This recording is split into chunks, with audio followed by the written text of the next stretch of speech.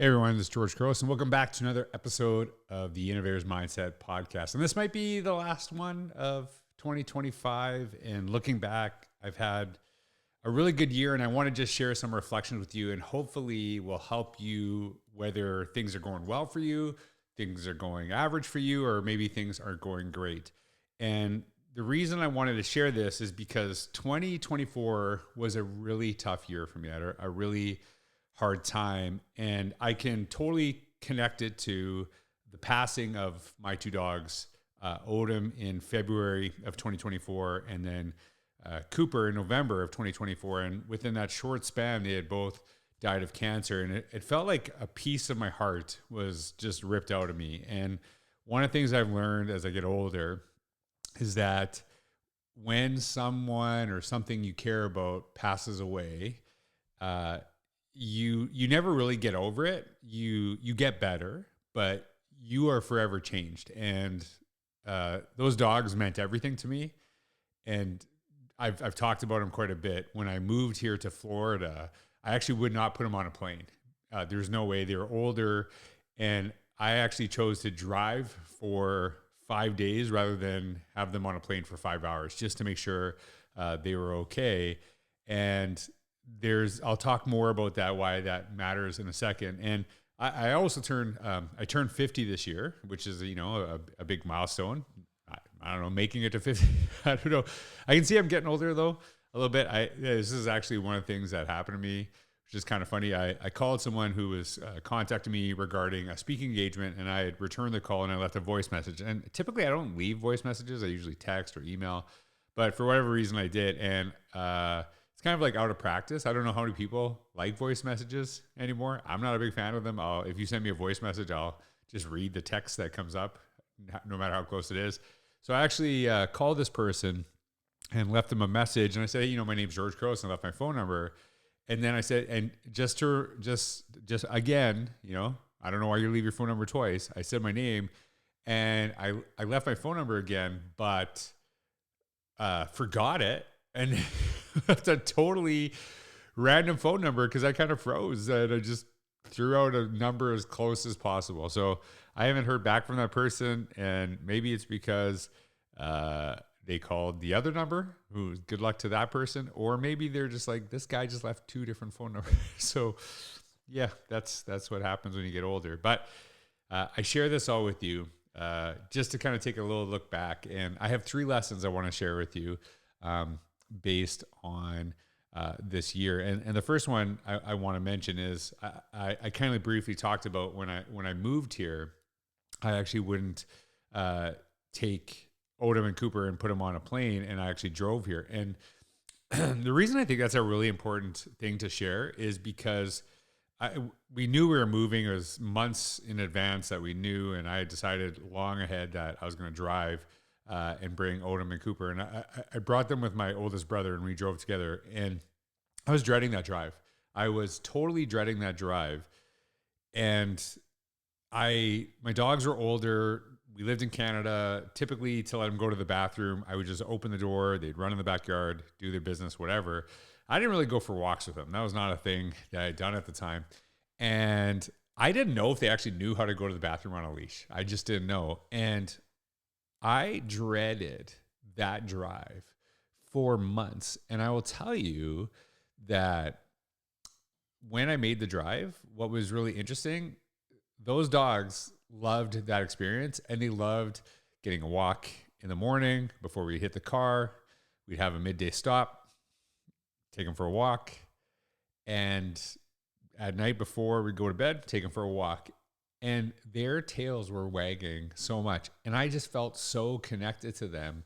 And the reason I wanted to share that with you all, and this is the first lesson, is sometimes the things you dread the most will be the best things to grow you as a person. And it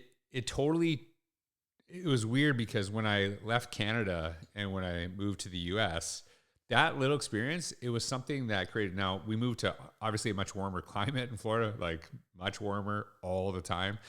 And part of my routine became every single morning and every single evening, I would take those 2 dogs for a walk. And I actually, we have another dog named Suggs, and as a puppy, I did the same thing. He overlapped his life with Cooper, and it is something I do every single day, and it wakes me up. It makes me feel really connected to my dogs, but it's just such a great start to the day. And I probably wouldn't have done it, even though moving to a warmer climate, unless I went through that experience. And some of those little things that you are scared of, I think if you jump in and let them change you, it can actually be for the better. Now, it might not, but you don't know unless you do it. And I think sometimes the dread is actually worse than the experience, and the experience can actually be pretty amazing for you. So I share that with you all. And so anyways, as I mentioned, in the last year, 2024, the dogs both had passed away. And I remember actually Odom when we said goodbye to him, and I took him to a vet, and it was really, really hard. And his was really, really tough because I always question it, because did I actually wait too long to put him down? I was gone on the road, and my wife had done everything to make sure he was still alive when I got home. And so she did that for me, but it was really, really hard because he was really, really struggling. That was a hard thing to see. But I actually, the day after putting him down, I was devastated. I could barely get any sleep. And I tried to really stick to my routine. And I go to the gym every single morning. And I remember going to the gym, just pulling myself out of bed and getting there.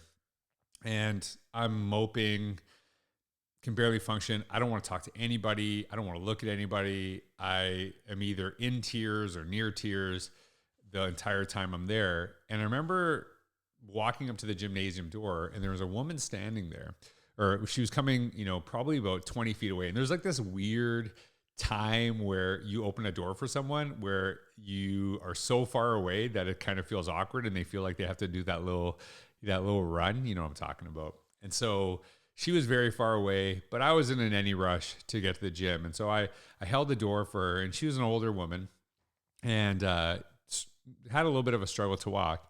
And I held the door for her, and I waited and waited and waited, and I helped her as she got to the counter. And I remember the person at the counter looking at me and saying, "You're a really good guy." And I just thanked her so much for that moment as quickly as possible. And then I walked away, and I could have just lost it at that moment. And it was really interesting because I did not know this person. She does not work there anymore. And I think about her all the time. I think about that moment because, geez, I need a moment to really help me. And there is a quote that kindness is loaning your strength to someone else in need. It's something like that. And it was something that really mattered to me. And so I remember there's this meme, and it really stuck out to me. And I just saw it this week, and it kind of inspired me to write this email and do this podcast. It simply said this, and there's no attribution to it. There's a stranger out there who still thinks of you because you were kind to them when they really needed it. Never stop being that person. And she was that stranger that I think about all the time, who was really kind to me when I actually needed it more than other. And so this is lesson number 2. Always try to be the best interaction any person has in a day. You never know what someone's going through. And tying this into education as a principal, as a teacher, and I think this is one of the reasons I became a principal, it did not matter if I knew you. It did not matter if I taught you. Every single student and every single adult I pass by in the hallway, I try to make a connection with, try to say hello to. I would never just walk past a person and not acknowledge them. That is just not in my DNA. It's a really weird thing for me to do, to not talk to you. And I'll tell you that when you do that, you have no idea the impact you can have on somebody. There was a young student I met, and she had graduated, and she talked about really struggling and actually having thoughts of, not living anymore. And she said the thing that kept her alive, and I'll never forget this, was a teacher who said good morning to her and addressed her by her name every single day, who never taught her once. And she said that little thing he did had such an impact. So those interactions that you have with people that you don't know if what they're going through. And so maybe they're having the best day ever, you're just going to make it a little bit better. And maybe they're having the worst day ever, and you're going to make it a little bit better. And that was done for me. And so I think about that and just kind of connecting that. And so this goes to the third lesson. And, having that really tough year, I remember, and I'm not a big resolution guy. That's just not my thing.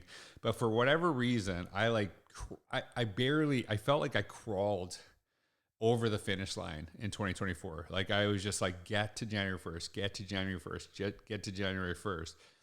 And then I got there, and I don't know if you've ever seen the movie Love Actually, the weird Keira Knightley scene, and then you have the little signs and all that stuff. And then he walks away and he says enough. And that means he's like, this is done. We're not doing this anymore. And on January 1st of 2025, I was like, enough. I gotta get myself back. So I committed to doing every day in January a video, TikTok, Instagram, whatever. And I wanted to post that. And it was me to try to help other people, but it was also me helping myself. When I have like a commitment to a goal or to something, it kind of drives me. One of the things that I do, and this is a little side, is I actually do, I know people think I'm weird for this. I do 500 push-ups every single day. And I don't do them all at one time. I wish I could. Probably the most I've ever done is like 100 a time. And I've built up to that. And some days I can't do 50 at a time. It just depends on how my body feels. But no matter what, I'm getting those 500 done. And I have an app or a notes. I have a thing in my notes where I write those numbers down until I hit 500. And it just makes it easier for me to actually connect and to get it done. And that little thing, that little goal that I have every single day gives me a sense of achievement every single morning once I hit that 500. And it's something I'm really proud of that I was doing. And this year I'm adding 100 sit-ups as one of those like new goals I'm going to try to do, because I can do the push-ups or the sit-ups no matter where I am in the world. And so I started doing that. And what I really had done was something I learned even earlier in 2020 was I made sure that no matter how hard things were going, I would get up and I would move and I would get going with things. And I have had depression and anxiety for as long as I can remember. And I've talked about this before. I don't say I struggle with this because I know this sounds weird. I think sometimes I'm better. I've leveraged those things to make me more empathetic, to make me more understanding of other people's circumstances. So when I say they're just part of who I am, and that's just what it is. So one of the things I knew is when I was really depressed, when I was really struggling, I would just sleep and sleep and sleep and sleep. And there was never a point where I would do that as a response to something where it made me feel better. It was just an avoidance tactic. And it often, honestly, you feel, for me personally, I don't want to judge anybody how they deal with things. This is just how I felt through this experience. I would not only feel bad about what was going on and what I was struggling with that time, it then also compounded because I had felt bad because now I wasted time. And so there is a moment I remember specifically in 2020. And that's when I was my heaviest. I was really struggling. I was probably about 325 pounds, about 210 right now. And I knew I had to do something. I had to lose weight. So I had been trying things. And I took this, I bought this thing called a lumen. It's like thing you blow into. It tells your metabolism and gives you suggestions on what you should eat in a day. So for example, should you eat way more protein? Can you eat carbs? Whatever. And so I'm like, okay, I'm going to try this. I'm going to see what happens. And the thing is that no matter what you try, none of it works unless you work. And that's what they're like, oh, did this lumen thing work for you? Yeah, kind of helped me kind of plan the day. But if I didn't actually follow what it said, it would have never worked. And so many things would have worked before if I would have just done them the way that I was supposed to. So I remember taking this, breathing into this, and I said, hey, one of the things we need to know is your weight to kind of help, give you some advice. And I probably wouldn't have bought it if I knew that was going to be part of the process, because I had not weighed myself in probably 3 or 4 years. And I weighed myself one evening because I had to put in that measurement, and I was terrified. I was so scared. I'm like, I haven't weighed myself in years. And I was just preparing for the worst. I don't know what I'm going to weigh. And so I finally weighed myself, and it was not as bad as what I had thought. It was way worse. I was 40 pounds heavier than what I had guessed.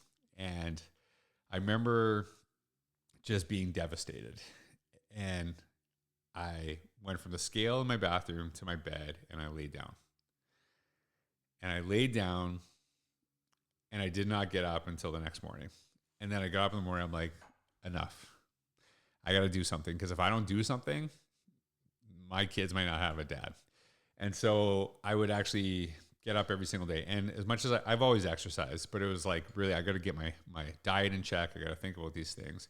And here we are 5 years later. And I know that when I really, really struggle, whether it's with exercise, whether it's personal, professional, I get up, I move. And this is lesson 3 I want to share with you. When you feel stuck, move. And I'm not just talking exercise. I'm talking, hey, when you want to become a writer and you're having writer's block, write. Just start writing. Every single week, I will sit at a Starbucks, whether I have anything to say or not, and I will sit there until I start writing. And I know that every time I do this, it helps. And a little thing I've learned over the years, a little piece of advice that's really helped me, is that when you don't want to do something, just do it for 5 minutes. Just do it for 5 minutes, see how it goes. And if you do something for 5 minutes, and this is typically treadmill, running, if I do it for 5 minutes and I'm like, I don't want to do this today, then I actually don't want to do it that day. But I have never done it for 5 minutes and then not finished. That's the interesting thing, is that once you get going, you're good. And that to me was something that really, really mattered to me. And this is like a joke, but it's actually, I saw this, it was kind of funny, because I've been thinking about this, because right now, as I'm going into 2026, I've just, finished Forward Together. That's going to be coming out right away. I am so excited about this book. I am so excited about this. I know it's not cool to say that you're excited about it, but I am so excited. It has turned out so amazing. The feedback has been incredible. And it's not just that. I feel like I'm really hitting a stride in exercise. I feel a lot of my relationships are at the best they have. And some of the relationships that weren't good, I don't have anymore, which I'm okay with too. Because I think that sometimes is, do people make you better? That's something that matters to me. And here's the thing. I share this advice to you because these are things that have helped me. And I hope that helps someone else wherever you are. And like I said at the beginning, whether things are going well, things are not going well, or somewhere in the middle. And I saw this, and it's kind of funny. This is from an account called Disappointing Affirmations. I love it. It's kind of funny. It says this: you will be okay. And then you won't be, over and over until you die. It's kind of true. It's kind of true. As much as it's kind of funny, it's kind of true. Because I share this advice not only with you, but myself in the future, because things are going really well right now, but they're not going to be in the future. And then they will be in the future, and then somewhere in between. And we have to kind of learn that there's a great video from an Olympian, I can't remember her name, is that when you're chasing greatness, you live in thirds. You live where things are going really well, where things are going average, and where things are going bad. But what you know is, that's what happens when you're striving for greatness. That's the thing, is that when you're striving, and I'm not talking greatness like money or, success in your job. I'm just talking about being the best version of yourself. That's what happens. You are pushing yourself, and sometimes you feel great, and sometimes you feel crappy, and sometimes you feel in the middle, and you just got to keep going. And so those are things that really matter to me. So the lessons, again, I want to share them with you. Lesson 1, sometimes the thing you dread the most will be the best thing to grow you as a person. Lesson 2, always try to be the best interaction any person has in a day. Lesson 3, when you feel stuck, move. And so I share this all with you, and I hope it helps someone. And here's something I want you to understand. If you are in a situation where you're like, I'm having a really rough time, like this is maybe helpful, but I don't know if I can get out of this. One of the things that I know is people love a comeback story. That I know this, I'm always a little bit embarrassed with this, because I let my health get so bad. And there's people who have never let their health get so bad, and they don't get the credit for just being good with their health all the time, like eating right all the time. I get way more kudos for like digging myself out of a hole I had actually built for myself. People love a comeback story. So if you are in that bad point of your life, no matter where it is, understand people will appreciate you finding a way out. And so I hope that this has helped you in some way. And I haven't done one of these solo podcasts in a while. I record them over time, but I was a little nervous to do this, but I just feel good sharing this with you because I know these things matter to me and they really help me. So I hope they help you. If I don't see you again before 2026, if you don't hear my voice before 2026, and I think you will, we'll see. But I just hope you have an amazing year. And no matter how this year went, I know next year can be better or it can be worse. But either way, we'll be good. We'll be good. And I look forward to connecting with you. Hopefully those lessons will help you. I know they're going to help me when things aren't going great because right now they're going well. And so I'm so excited for this new book. I'm so excited for the possibilities of 2026, but who knows what could happen. But I just want to share it with you. I hope you have a wonderful day. Thanks for all you do. Take care.